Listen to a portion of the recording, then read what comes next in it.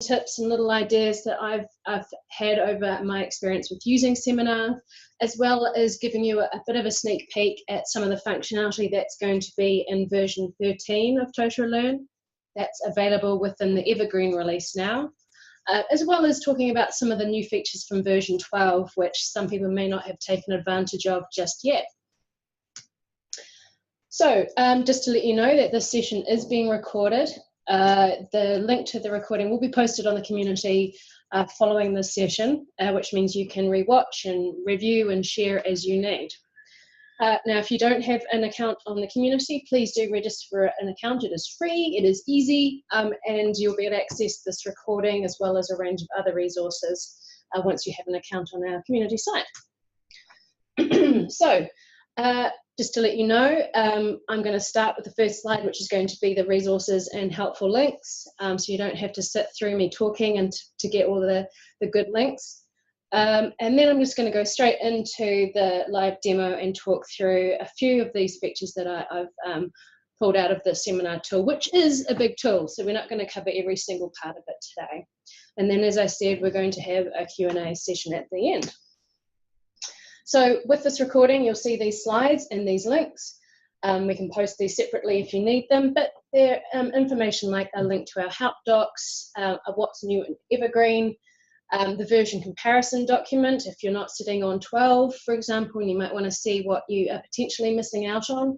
You can have a look at that resource. A link to the seminars course on the Academy if you want to do more of a deep dive into seminars, and our resources and blog on our website. Right, before I get started and launch into it, Matt, anything I need to know? There's no questions so far about seminars in general, but I've said we'll have a look at any general questions at the end. But if you do have anything that you want to ask during the webinar, feel free to just throw them in the chat and we can stop and try and address those when there's a moment. Great, thank you. Excuse me. Alrighty, so I'm going to highlight as we go what functionality is specifically for version 12 or for Evergreen when I go through these features. Otherwise, assume that it's in 12 or 11 and earlier. When I say Evergreen, some people might not know what I mean, but Evergreen is a release, or something like a pre-release of the next version. So it's stable, you can use Evergreen depending on your requirements, but it's more of a look and feel and test kind of environment for a lot of partners and subscribers to get to grips with the functionality that will be in the next full release.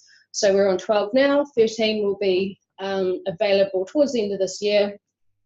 So I'm going to be demoing on my local Evergreen site, so it will have the latest functionality that was released. I think it was last week that we had our latest Evergreen release. So, as I promised, these slides are very much for myself, and I'm going to shut those down and bring up something far more interesting, and that's my local site. Alrighty. So, this is just my local site. It's just for me to experiment and fun and take screenshots. Even this course catalog screenshot might be familiar to some of you that have seen some of our other collateral and have looked through our website. This is just my playpen. So I want to start off talking a little bit about the global settings for seminars. Now, as mentioned, it's a big tool, which means it has its own section within the administration area that we can set some global settings, as well as, once we're in a course, different activity and event settings. Now, the reason I want to go through this is that some of the new functionality that was introduced in 10, 11 and 12 needs to be switched on at this global or site level. So I just want to highlight a couple of those, which I'm going to cover off today. Now, one of them is the ability to have a two-stage approval on attendance at a seminar event. And by two-stage, I mean a manager has to approve, and then a second administrator of some type needs to then also approve that attendance. And that model is often used where a particular training costs a great deal or requires an individual to be off-site for an extended period of time, and that might be managed through the HR or training and development unit of a particular organisation. So by default, it's not switched on, but it's a simple tick box here under this available approval options area. And once that's on, then when you create a particular seminar activity, you can specify this two-stage approval option. Once that's enabled, then you can select the second option, which is who can be an administrative approval.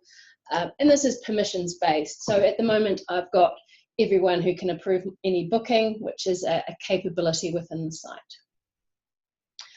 Another option here is around job assignment. So depending on the kind of roles and responsibilities that we have within our organisation, we may have one or many job assignments within the system. And that could be a solutions consultant and first aid officer. So those are two separate job assignments. And the training that I might need to take for those different roles or different job assignments will be different, and potentially a different manager needs to approve my attendance at those two events. So I've enabled user select manager here, and I have selected select job assignment on sign up as well. And that means that, for example, if I was to do my first aid training, I might send that to the first aid manager or the health and safety officer of an organisation versus my immediate line manager. There is also this option around waitlist lottery, and we're going to talk very briefly time pending or time allowing around waitlisting. So I'm going to turn that on now. So those are some global settings. This is all covered across the documentation in slightly more detail. I appreciate I'm moving pretty fast today. That's just because we've got a lot to cover. Now you can tell I'm in Brighton because I've got a seagull going absolutely bananas outside the window. Apologies for that. Right, the next section I want to cover are activity defaults and event defaults. Now, by going through all of these options, we'll not only give you some additional options within the activity settings, such as being able to track attendance at the session level, which is a new piece of functionality available in Evergreen and will be available in 13. But it also allows you to pre-configure a number of options when you create activities and create event defaults. And I've got a slide later on to talk about how to quickly and cleverly create seminars. And one of those tips are to go through these activity defaults and these event defaults and select some sensible options for you and your organisation, so you don't have to change it every time you create a new seminar activity or a new seminar event. So it's worthwhile going through these options and deciding how, on average, an event might be set up. There's some new options that some of you may not have seen, which is around the sign-up workflow. This multiple sign-up workflow I'm going to go through in a little bit more detail, and that was some functionality that was extended within version 12. So that's the event or activity defaults, and then we have some event defaults. So things like what the default start time is and the default finish time. You'll see here that it's an hour elapsed. Now, quite often you'll have to go through and change that every time you create a new event. So if you normally have full day events, you might want to change that at the site level so you don't have to make that change every time. Okie dokie. So that's event defaults. What I want to talk a little bit about now are custom fields. So hopefully this is where it gets a little bit more interesting and new to you guys. So custom fields are a very powerful piece of functionality within Totara Learn and around seminars. Now, just to talk a little bit around terminology, I personally call each of these tabs elements because I couldn't think of a better way of describing the different types of fields that we have here, or the different groupings of events. So I'm just calling them elements for the sake of argument. It's just my own terminology, so don't get too tied up on it. So there's a range of different elements that are available for you to add custom fields. And there are a range of different custom fields that you can add. And this are different pieces of information that you can collect against the population of any of these different events, which are kind of like forms within the system. So when we create an event, we can have these custom fields that can then be edited by the event creator. Likewise, when we create an asset, we might have to or may fill out these particular or add these particular pieces of information via these custom fields. So talking a little bit about how you might use custom fields.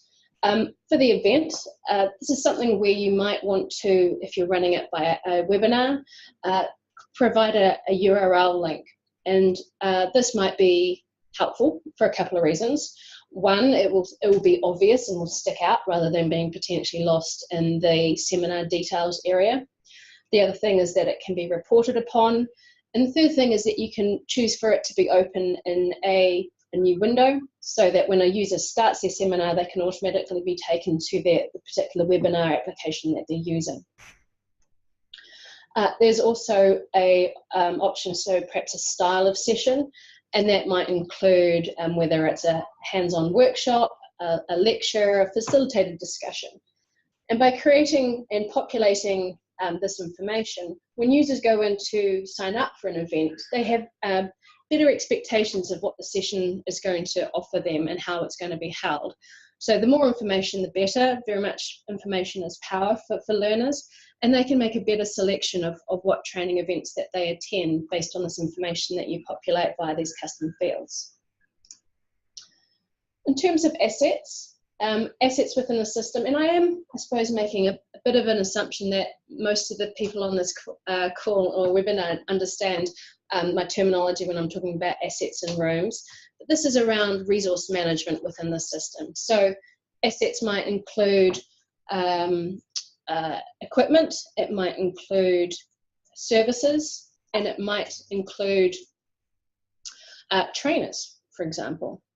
So anyway, assets, you can have a range of custom fields. Again, this is around a better selection of assets when a trainer is creating a trainer event, that they make sure that they book the right type of equipment or the right type of support or a trainer in their area for a particular training event.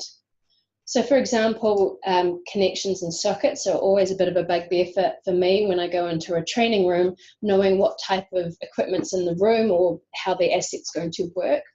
So let's say I've got a built-in PC into this training room. I can see both visually and textually what type of connections will be available, and I can bring the appropriate adapters if I need to. And you can upload these images via your custom course icons. You just need to upload a little image and then it will become available to you. You can select it. See if I go to choose icon, those are the standard range of course icons available.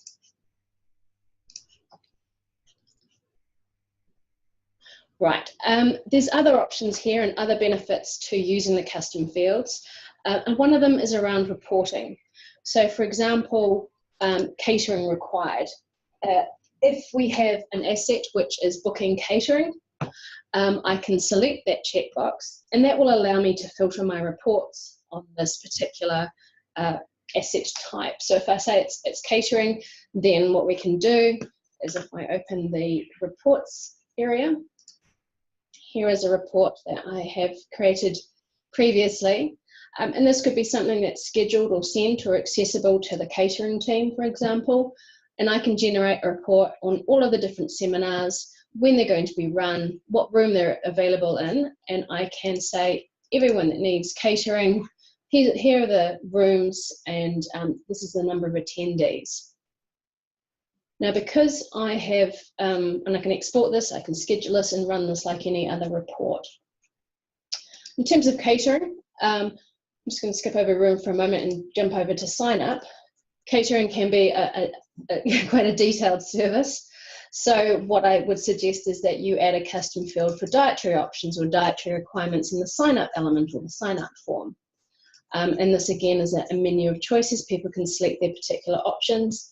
And then that means that the catering team can go into these sessions, see that there is 2 attendees here. Oh, that wasn't what I wanted to press. It just does just fine, the same thing. And I can see they've picked a standard meal. Likewise, I can go back to filter my save again. I can click on the attendees that have signed up for the 3rd of June event.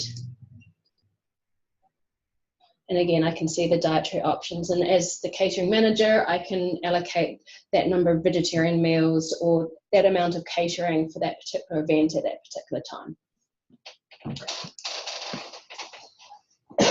In sign up, you might also want to collect information for waitlisted or declare interest events. Again, we're going to cover that towards the end of the session today. But the custom fields are also an opportunity to create information or collect data about prospective events. So you can ask people to say, all right, today the session is based in Brighton, but where would your preferred location be? And that will give you some more information down the road in terms of where you might want to schedule or hold these training events. Back to room, because I skipped over room. Sometimes we forget that there are people that need special assistance or have accessibility requirements in terms of rooms and may not be able to book onto training events where there isn't wheelchair access. So we can provide information around those accessibility facilities within the room area. So when a trainer creates an event, and the learner can see what room the event is in, they can make the correct booking for them and their particular requirements. Likewise, we might want to detail the available equipment within a room that isn't a separate asset as well. So it's very much about creating an easy, a better choice for trainers and a better choice for learners when they go in to create and book onto events.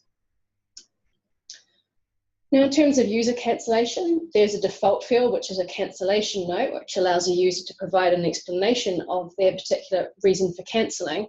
But I like the idea of creating a menu of choices, predefined list of reasons an individual has cancelled their attendance.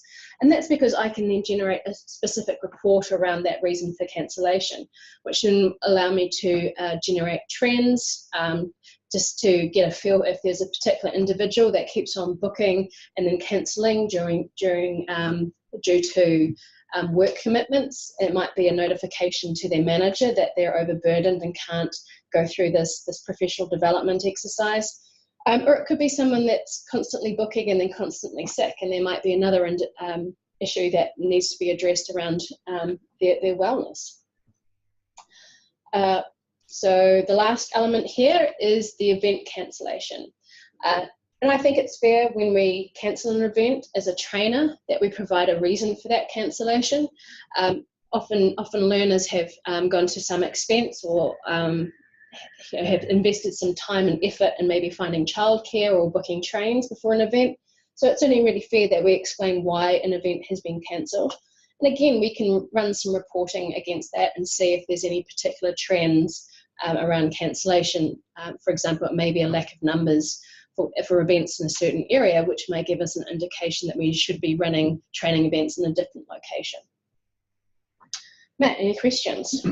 We don't have any questions at the moment. I was really hoping that question would take longer because I was taking a sip of water. It'd be quite interesting, maybe if we have time at the end, to learn about if everyone in here is actually using seminars in their own organisations, but we'll get asked that at the end. Excellent, thank you.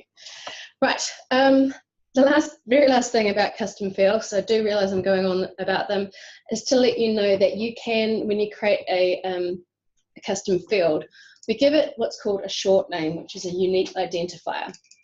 In this case, the event cancellation custom field around reason for cancellation is called event cancelled. And it's important to note that we can find that short name and set that short name, because within the notifications area, we can reuse most of these different types of custom fields within the notifications that we send. So we might, for example, assets or room, we might include information that catering will be provided, and we can reuse the catering custom fields. Likewise, with sign up, we might let people know the accessibility, around the accessibility requirements or limitations of a particular event. I'm going to go into notifications once I jump a little bit further into a course, which I think I'm going to go ahead and do now. I think we have covered everything. I'm just quickly looking at my PowerPoint slides. Yes, I have.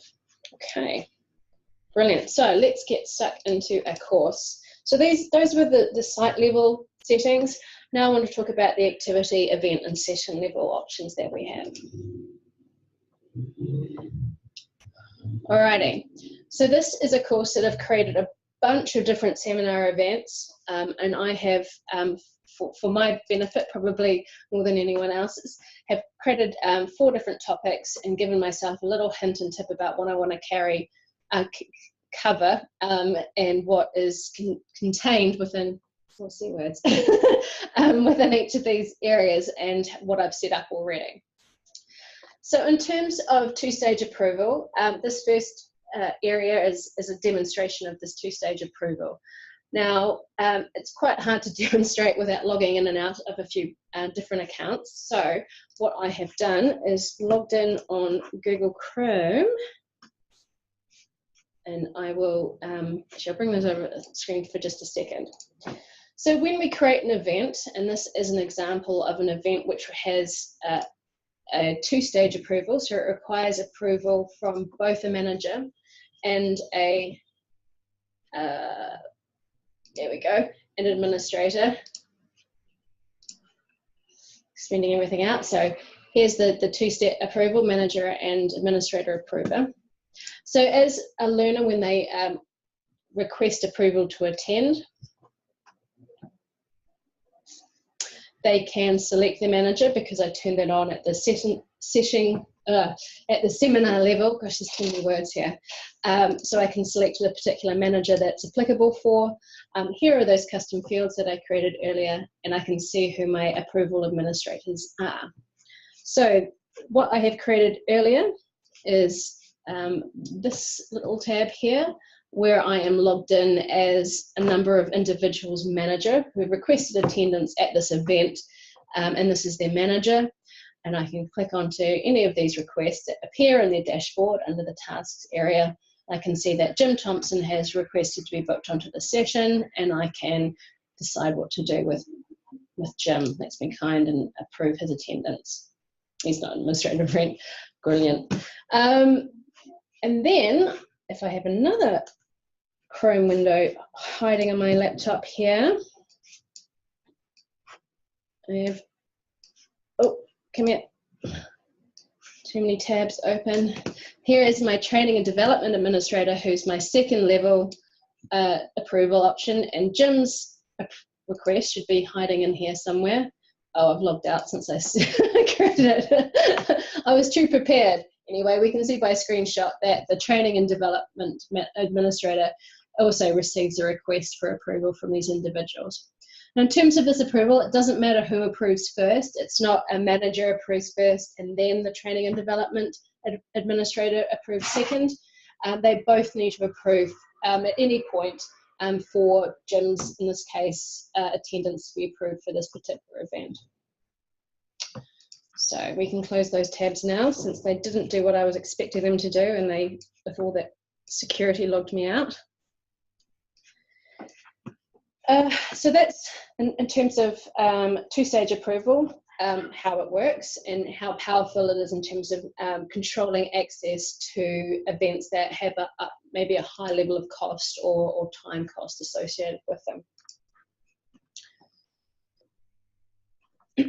So let's move on to multiple attendance notifications and messaging.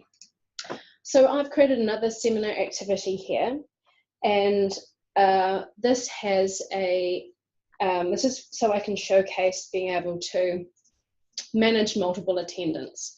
So previously, in earlier than 12, so V11 earlier, we could allow multiple attendance at an event, but it would either be on or off. We have now implemented within version 12 the ability to allow attendance again based on an individual's previous attendance record.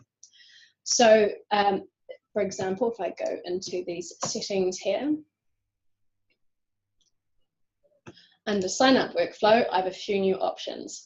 So I've got the option to limit the number of times an individual can sign up from 1 to 10 to unlimited, with the assumption that 11 is essentially unlimited. And I can restrict subsequent sign-ups to a range of different attendance statuses. And you'll notice that we've got a new one here, which is unable to attend. That particular option was introduced into Evergreen around February time, so that will be available within version 13 once it's out. So we can say that anyone who has partially attended or who was previously marked as unable to attend can rebook up to 3 times on this particular event. Now that gives us a few options. That means that we can control people who, to prevent people from booking over and over again after they have been fully attended, and potentially prevent people who simply didn't show up from rebooking. For whatever reason, you might just be particularly harsh on them, but it's entirely up to you how you manage it. The other thing it does is allow a range of models around partially attended. So it could be that an individual only needs to attend for a certain period of time, or perhaps can do a morning session and an afternoon session in terms of their training. And I'll get into these new models in just a bit. Unable to attend. Right, now I talked a little bit about notifications, but I just want to showcase a few exciting options around notifications, not particularly new, just things that you might not know. So there are a range of notification templates which sit at the site level, which you'll see within the seminars administration area, but within the particular seminar area, you can create your own custom notifications, and you can change existing templates. So these are all the templates that are available, and I can go through and edit those if I want to, or I can create my own custom notification that will be used across this particular seminar activity. What I want to point out very, very quickly is when we go into a particular notification, and I touched on this earlier around including custom fields within your notification, is these are all placeholder based on short name or unique identifier. And I can view all of the different options that I have available here within the contextual help area. So you can see here, if I scroll down, there is quite a range of items, and those custom fields, it would be session : and then whatever my event short name or custom field, event custom field short name might be, and that is in place of that text placeholder. So I can communicate quite a lot of information within these notifications, keeping users informed, making sure they know exactly what they need to bring, how they get into the building, what they can expect from the training event is really, really important stuff. Now, in addition to notifications, there's also the ability to message users directly. Now, this is a feature I particularly like. If I go into the attendees area of a particular event, if I've got anyone who's signed up or has any type of different status, you can see that they've got attendance has already been marked. I can go into the message users area.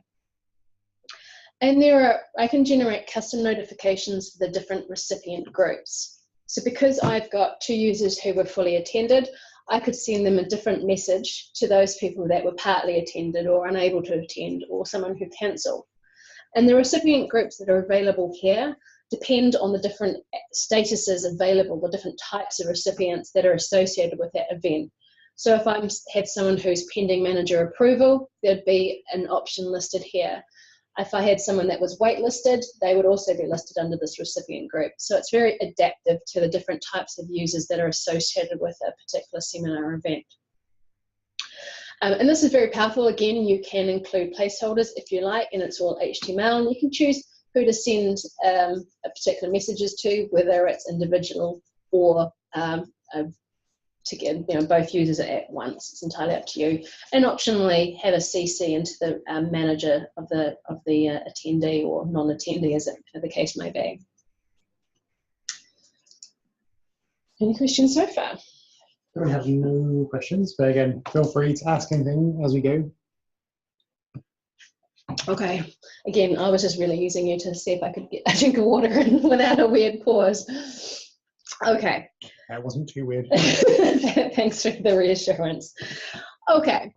Now, one of the really exciting features, well, exciting for me at the very least, that are going to appear in version 3 is around session level attendance tracking and grade-based attendance. So, as I say, this is going to be available in version 13. It's available for review in Evergreen now, and there's full documentation within the documentation now, within the Evergreen documentation. And what this allows you to do is to take attendance for each of the different sessions. So we've got this advanced Totara training event. There are 2 sessions. There is the 20th of May from 9 till 12, and then the afternoon session 1 till 5. So not only do people want to know when lunch is, it also means that I can track who showed up for the morning session and who perhaps didn't show up for the afternoon session, or vice versa. So now when I go into the take attendance area, I have a couple of options. I can select attendance at for either of the sessions. So you can see here for the afternoon session, for the morning session, I have already specified attendance. And then I can go into the afternoon session and I can apply attendance as well. If I then go into the event option, I can provide an overall attendance rating, but I can also apply an overall event grade. Now, you have the option to use the original grading system, which is if you're fully attended, you get 100%. If you're partially attended, you get 50% of whatever grade value it is. Or if you are a no-show, then you get 0%. And that's something that's set on through the edit settings area. It's just a little tick box which says manually grade. What this means is at the event level, I can say, all right, Adam Smith was fully attended, but he was playing Candy Crush Saga on his cell phone the entire time that we were running training. So he wasn't actually engaged in the event. So perhaps I give him an 80% grade versus 100% grade. Still a pass, and you can set that pass rate within the grade book as you like, but it is reflective of the level of attention that he was offering me. Likewise, I may have someone that fully attended and received 100% because they were engaged. Perhaps they completed a quiz or some sort of practical event during the session. Entirely up to you. And you can see when I'm in this event area, it's reflective of the different both fully attended and partially attended sessions. Just as easily, you may have someone that has partially attended 3 or 4 sessions, and that may be that they only need to attend 3 out of 5 sessions to receive a pass. So what this does is open up a range of new training models. So having the event grade and this attendance at the session level allows us to do a couple of different things. So one of them is having a model where you might have a morning and afternoon session, like we've got set up here. And it may be that the morning is the theory and the afternoon is the practical session. For example, first aid training. And these may be able to be completed at different times by individuals. So they may not be able to be off the shop floor or out of the office for longer than a full day. So they need to do their morning on the Monday and their afternoon practical on the Thursday later on in that week. And this new functionality supports that training model. Similar, you might have a basic and advanced session. So maybe you've got health and safety training around fire safety, for example. The morning session may be around evacuation and basic use of fire extinguishers, and the advanced session, which is designed for the fire officer or the fire warden within your office, is around evacuation procedures, health and safety, what colour shiny vest that you might have, what kind of hard hat to wear, that type of thing. Certainly not minimising the responsibilities of a fire warden at this point. But it may be that you have both basic and advanced training on a particular subject, and it's perfectly fine just to attend one session. The other model that this supports is around CPD, continuous professional development, where maybe you only need to attend for a certain number of hours or sessions. And that might be, for example, you may have to do 10 hours of practical training within a particular event, and your attendance at one session may be an hour or 2. So you can track the number of times you've attended an event within this particular seminar activity or type of training. Another option might be around time-based training, where you might have to have X number of hours of hands-on practice, and these seminar events are represented by, oh, I've got a question. Right. So just Julie wanted to ask a question about, in two-stage notifications, you showed a drop-down list of managers for a user view. She wanted to know how that's determined. Is it all managers, or is it limited to a manager and their job assignment? Oh, it's a great question. It's all users. So you can, if you don't have job assignments set up, then users can select from any user that's within the site. If you do have job assignments and your hierarchies all set up, then you don't need to, you can just show it so the user can select either of or any of their managers. So it's those events, those global settings right at the start. You would use user selects job assignment on sign up, you would enable that, but you would not enable users can select manager. I had both selected so you could see what that looked like. Does that cover? Okay, great. I'm shoulder surfing over Matt. I can see that's fine, Julie. Thank you very much. So just quickly to wrap up those training models, I'm sure there's lots of different options. I'm just excited by the idea that we can run different types of training rather than a full day training, whether you've either showed up or you haven't showed up. So for example, I was talking about time-based training. So you might have an event where it's a pop-in or a drop-in clinic where you're practicing taking blood, and you might need to have 20 hours of that. So you can track attendance partially for every 20 hours of training that you complete. Well, 22 hours rather. Okie dokie, we are nearing the end of my slides. You'll all be very thankful to know. Alrighty, so I mentioned that I have a slide here called Smart and Speedy Seminars. So just a few ideas of when you create an event, some of the ways that you can streamline that. Because if you're an organization that run a lot of events, you'll spend a lot of time creating events. So what I suggest are a couple of things. One, which I've already mentioned, is go through those event and activity defaults and make sure that those are all set to the typical type of event that you run, so you don't have to make those changes every time. The other thing that I suggest is taking advantage of the duplicate activities and events and sessions functionality. So you can create a copy of an entire activity or an event or a session. So I've just flipped termed editing on, and if I go to, let's say, the onboarding training, for example, I can simply copy that particular activity, and then I can go through and make the required changes. And in that copy, you'll see that all of the same type of events are run, and I can perhaps just go in and make changes to either the title of it or the training times, or perhaps I have different rooms for those. It might be just a slightly different type of event. So take advantage of the copy activity functionality. Within an event, actually I should stay there, let's go back. Within a particular event, when I create an event, I also have a copy option to take advantage of the copy. And again, just make those changes that you need. So this is a new event for first aid. Maybe it's going to be run at exactly the same time, but in a slightly different room. And then I've got a new event and I can save and it's there. Likewise within sessions, oops, I'm double booked. See, this is the benefit of resource management. Likewise within the sessions, I've also got a copy or duplicate option here. So if I need to add another session, I can do so very quickly, create a copy, and then just make the required changes to the date or the location or the assets. This might be, oops, July, for example. The other thing I recommend is putting in lunch breaks.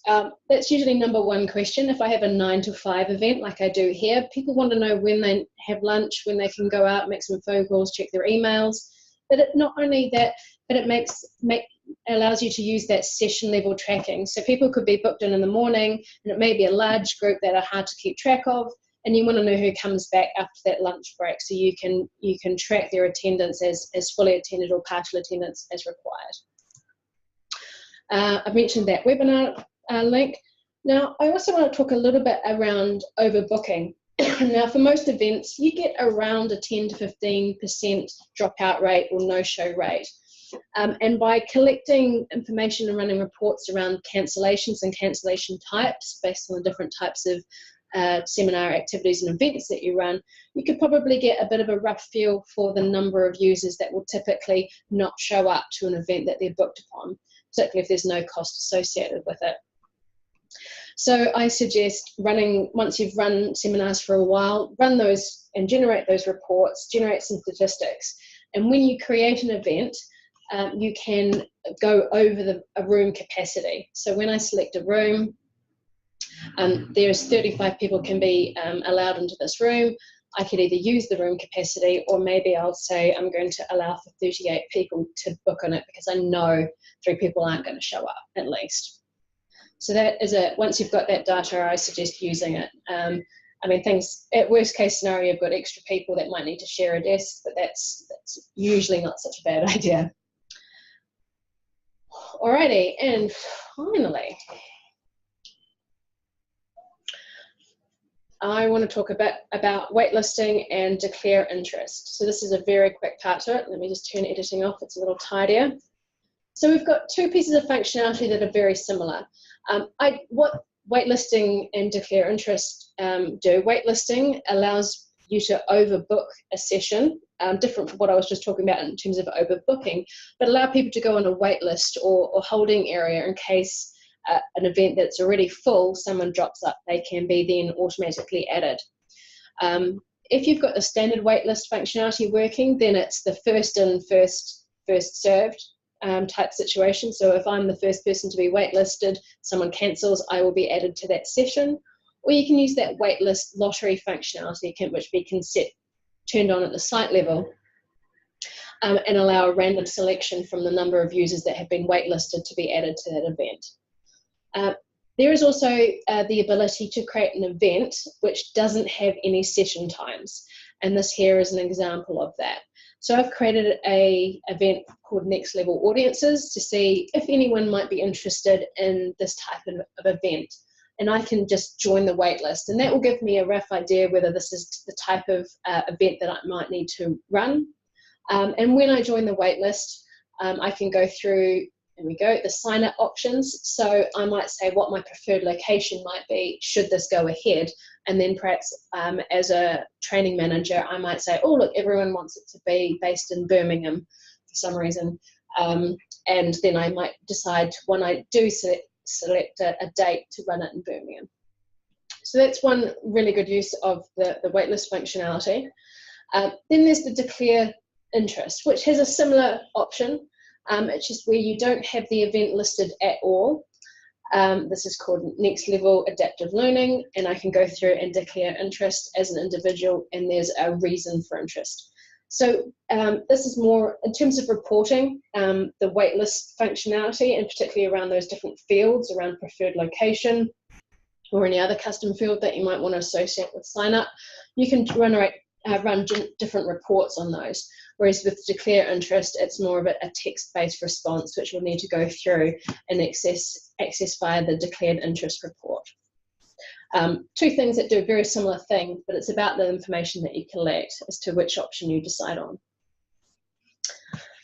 And that is a very whirlwind tour of Next Level seminars. So I'm going to take a dramatic pause while I have a drink of water and ask, are there any questions? So it's a well-deserved glass of water. Yeah, so we have a question from Mary. So Mary would like to know, she said that some of those options had information icons. Can you add them? Oh yeah, so I went over that very, very quickly. So I'm assuming you mean within the custom fields area. So like the USB images. Where you can add those, I'm going to custom fields. So for example, in the asset area, or we had this multi-select option where we have these icons or images. So we have the images here. So I can upload those images by going to courses and categories. And then under custom icons, they're listed here. And it's a drag and drop upload functionality, or you can edit originally, so you can see all of my USB images and my room layout images, which is another one of my custom fields. And I can just add those. Once they've been added to the custom icons area, then I can select them as an option for the multi-select custom field type. Good, so I hope that answers your question, Mary, but feel free to ask again if it doesn't. Okay. Did you have any questions for the group? I do not have any questions, but I hope that was the hover over information. So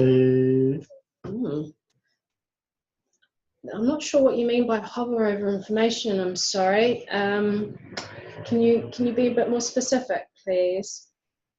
So yeah, Mary, if you can provide a little bit more information, then we'll be able to answer that. Julie's asking a question as well. Is there a way to use custom fields to choose options for parallel sessions? Oh gosh, choose options for parallel sessions. I don't think so. Can you give me a use case, please?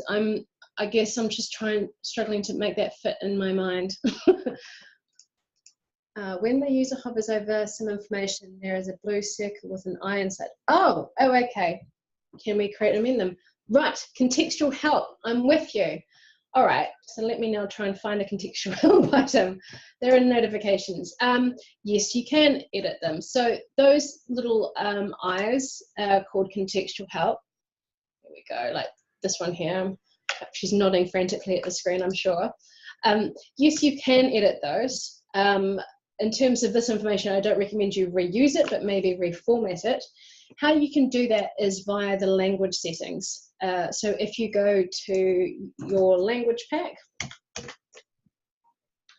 and I won't open it now just because it will take quite a while to open, but you go to language customization, you choose which language pack, presumably English, that you want to edit, and then you can search for that particular item within the system. I believe there's an Academy course that might cover this that Matt is bringing up the link to. It's called the localization course. Thanks, Matt.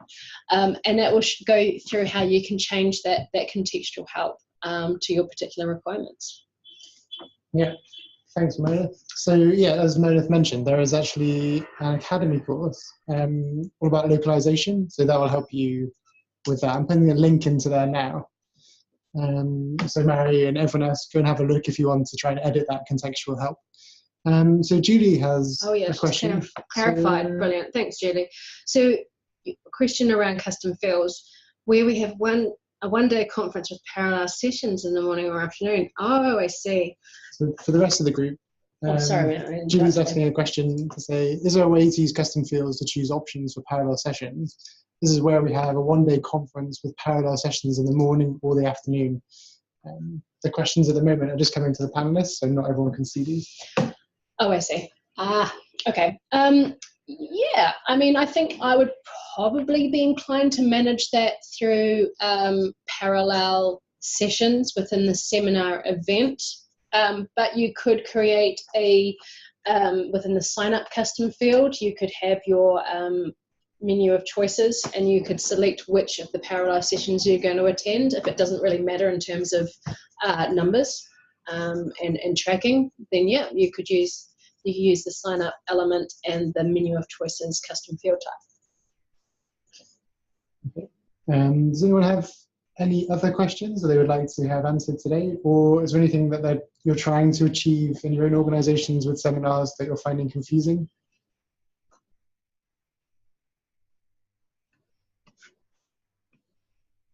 Well, I mean, that sounds like it's a good thing that no one's asking any questions at that point. Awesome. Okay. Mary is saying, no, that was great, thanks, just so everyone's aware. Okay, well, if there is anything else that you think of, you can get hold of us. There is the help documentation, there's the Academy area, and of course there is your friendly partners or the support desk if you are already a partner or a direct subscriber to turn to. If there are any questions following this event, my email address is on the first slide, but I encourage you all, if you're a subscriber, to go to your partner first of all. They love inquiries, I'm sure of it. So thank you everyone for attending. I really appreciate you spending the time to listen to me go on about seminars and how enthusiastic I am about the new features. Again, version 13 will provide everything that you're seeing today. So looking forward to that release later on in the year. So I've just added a link to a seminars course in the Academy as well. So if you do want to follow up and do some more training on this, yeah, do go and have a look at that seminars course in the Academy. Wonderful. So this session is being recorded and will be available on the Totara community afterwards as well. So if anyone wants to go and revisit this, then they can do that as well. Thanks very much, Meredith. Thank you very much, Matt. Thank you for everyone. Have a great rest of your day. See you later.